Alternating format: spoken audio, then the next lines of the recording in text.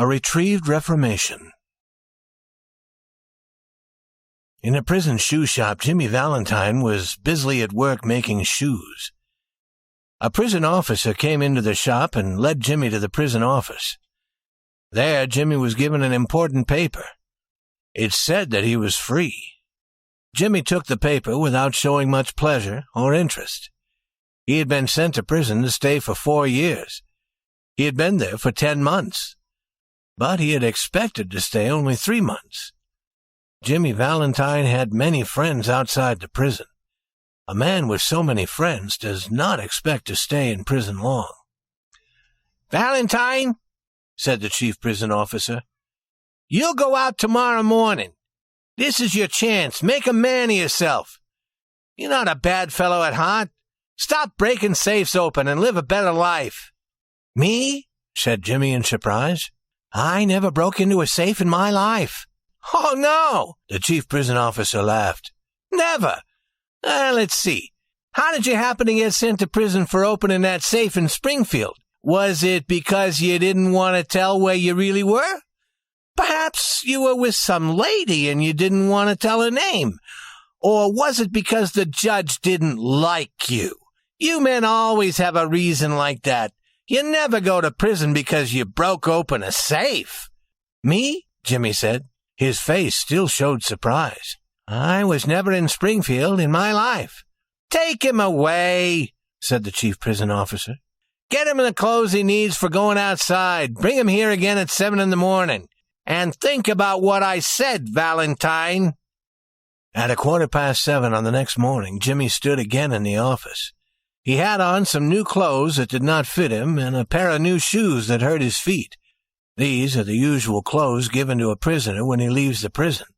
Next, they gave him money to pay for his trip on a train to the city near the prison. They gave him $5 more. The $5 was supposed to help him become a better man. Then the chief prison officer put out his hand for a handshake. That was the end of Valentine, prisoner 9762. Mr. James Valentine walked out into the sunshine. He did not listen to the song of the birds or look at the green trees or smell the flowers. He went straight to a restaurant. There he tasted the first sweet joys of being free. He had a good dinner. After that, he went to the train station. He gave some money to a blind man who sat there asking for money, and then he got on the train. 3 hours later, he got off the train in a small town. Here, he went to the restaurant of Mike Dolan. Mike Dolan was alone there. After shaking hands, he said, "I'm sorry we couldn't do it sooner, Jimmy, my boy. But there was that safe in Springfield, too. It wasn't easy. Feeling all right?" "Fine," said Jimmy. "Is my room waiting for me?" He went up and opened the door of a room at the back of the house. Everything was as he had left it. It was here they had found Jimmy when they took him to prison. There on the floor was a small piece of cloth. It had been torn from the coat of the cop as Jimmy was fighting to escape. There was a bed against the wall. Jimmy pulled the bed toward the middle of the room. The wall behind it looked like any wall. But now Jimmy found and opened a small door in it. From this opening, he pulled out a dust-covered bag. He opened this and looked lovingly at the tools for breaking open a safe. No finer tools could be found anyplace. They were complete. Everything needed was there. They had been made of a special material in the necessary sizes and shapes. Jimmy had planned them himself, and he was very proud of them. It had cost him over $900 to have these tools made at a place where they make such things for men who work at the job of safe-breaking. In half an hour, Jimmy went downstairs and through the restaurant. He was now dressed in good clothes that fitted him well. He carried his dusted and cleaned bag. "Do you have everything planned?" asked Mike Dolan. "Me?" asked Jimmy as if surprised. "I don't understand. I work for the New York Famous Bread and Cake Makers Company. I sell the best bread and cake in the country." Mike enjoyed these words so much that Jimmy had to take a drink with him. Jimmy had some milk. He never drank anything stronger. A week after Valentine 9762 left the prison, a safe was broken open in Richmond, Indiana. No one knew who did it. $800 were taken. 2 weeks after that, a safe in Logansport was opened. It was a new kind of safe. It had been made, they said, so strong that no one could break it open. But someone did, and took $1,500. Then a safe in Jefferson City was opened. $5,000 were taken. This loss was a big one. Ben Price was a cop who worked on such important matters, and now he began to work on this. He went to Richmond, Indiana, and to Logansport to see how the safe-breaking had been done in those places. He was heard to say, "I can see that Jim Valentine has been here. He's in business again. Look at the way he opened this one. Everything easy, everything clean. He's the only man who has the tools to do it. And he's the only man who knows how to use tools like this. Yes, I want Mr. Valentine. Next time he goes to prison, he's going to stay there until his time is finished." Ben Price knew how Jimmy worked. Jimmy would go from one city to another far away. He always worked alone. He always left quickly when he was finished. He enjoyed being with nice people. For all these reasons, it was not easy to catch Mr. Valentine. People with safes full of money were glad to hear that Ben Price was at work trying to catch Mr. Valentine. One afternoon, Jimmy Valentine and his bag arrived in a small town named Elmore. Jimmy, looking as young as a college boy, walked down the street towards the hotel. A young lady walked across the street, passing him at the corner, and entered the door. Over the door was the sign, "The Elmore Bank." Jimmy Valentine looked into her eyes, forgetting at once what he was. He became another man. She looked away, and brighter color came into her face. Young men like Jimmy did not appear often in Elmore. Jimmy saw a boy near the bank door and began to ask questions about the town. After a time, the young lady came out and went on her way. She seemed not to see Jimmy as she passed him. "Isn't that young lady Polly Simpson?" asked Jimmy. "No," said the boy. "She's Annabelle Adams. Her father owns this bank." Jimmy went to the hotel where he said his name was Ralph D. Spencer. He got a room there. He told the hotel man that he had come to Elmore to go into business. How was the shoe business? Was there already a good shoe shop? The man thought that Jimmy's clothes and manners were fine. He was happy to talk to him. Yes, Elmore needed a good shoe shop. There was no shop that sold just shoes. Shoes were sold in the big shops that sold everything.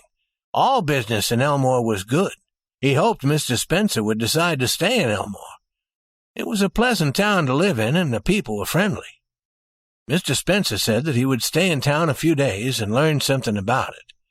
No, he said he himself would carry his bag up to the room. He didn't want a boy to take it. It was very heavy. Mr. Ralph Spencer remained in Elmore. He started a shoe shop. Business was good. Also, he made many friends, and he was successful with the wish of his heart. He met Annabelle Adams. He liked her better every day. At the end of a year, everyone in Elmore liked Mr. Ralph Spencer. His shoe shop was doing very good business, and he and Annabelle were going to be married in 2 weeks. Mr. Adams, the small-town banker, liked Spencer. Annabelle was very proud of him. He seemed already to belong to the Adams family. One day, Jimmy sat down in his room to write this letter, which he sent to one of his old friends. "Dear old friend, I want you to meet me at Sullivan's place next week on the evening of the 10th. I want to give you my tools. I know you'll be glad to have them.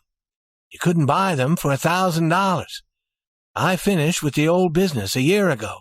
I have a nice shop, I'm living a better life, and I'm going to marry the best girl on earth 2 weeks from now. It's the only life. I would never again touch another man's money. After I marry, I'm going to go further west, where I'll never see anyone who knew me in my old life. I tell you, she's a wonderful girl. She trusts me.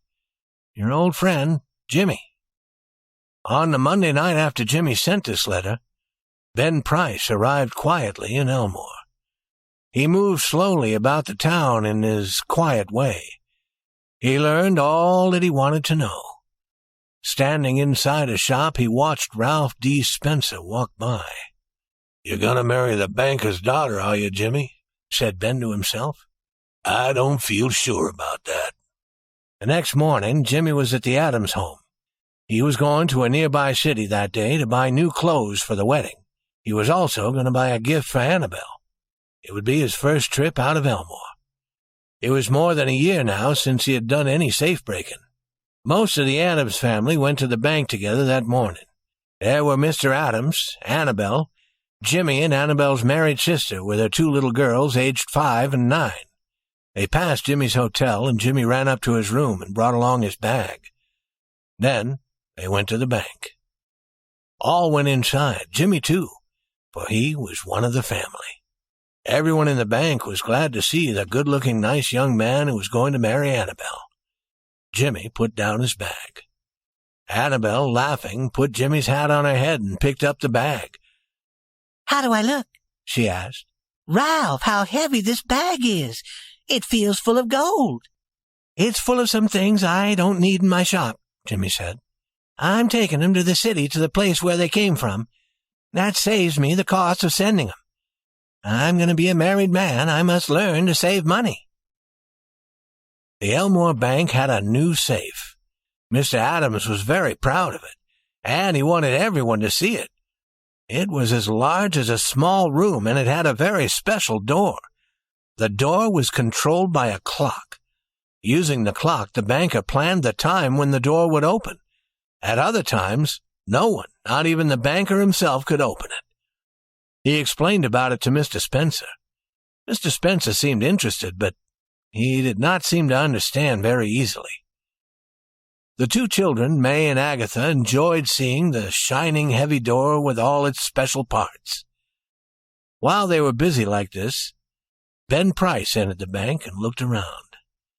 He told a young man who worked there that he had not come on business.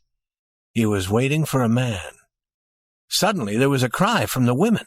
They had not been watching the children. May, the 9-year-old, had playfully but firmly closed the door of the safe, and Agatha was inside. The old banker tried to open the door. He pulled at it for a moment. "The door can't be opened," he cried. "And the clock! I hadn't started it yet." Agatha's mother cried out again. "Quiet," said Mr. Adams, raising a shaking hand. "All be quiet for a moment. Agatha!" He called as loudly as he could. "Listen to me." They could hear, but not clearly, the sound of the child's voice. In the darkness inside the safe, she was wild with fear. "My baby!" her mother cried.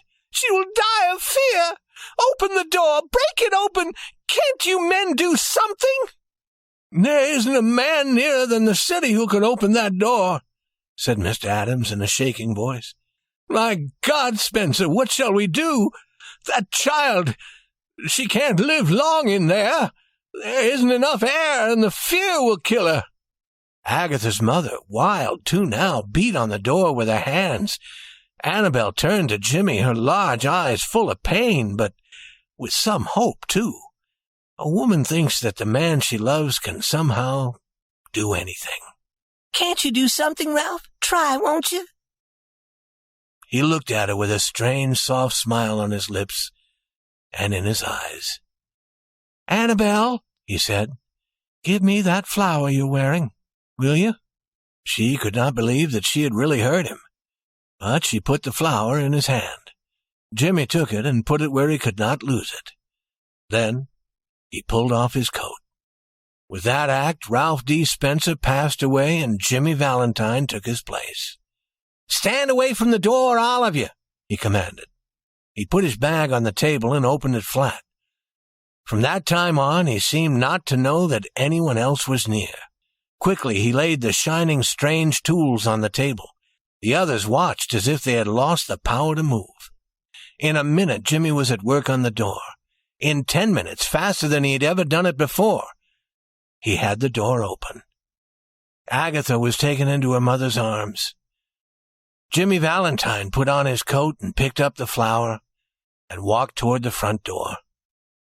As he went, he thought he heard a voice call, "Ralph?" He did not stop. At the door, a big man stood in his way. "Hello, Ben," said Jimmy, still with his strange smile. "You're here at last, are you? Let's go. I don't care now." And then Ben Price acted rather strangely. "I guess you were wrong about this, Mr. Spencer," he said. "I don't believe I know you, do I?" And Ben Price turned and walked slowly down the street.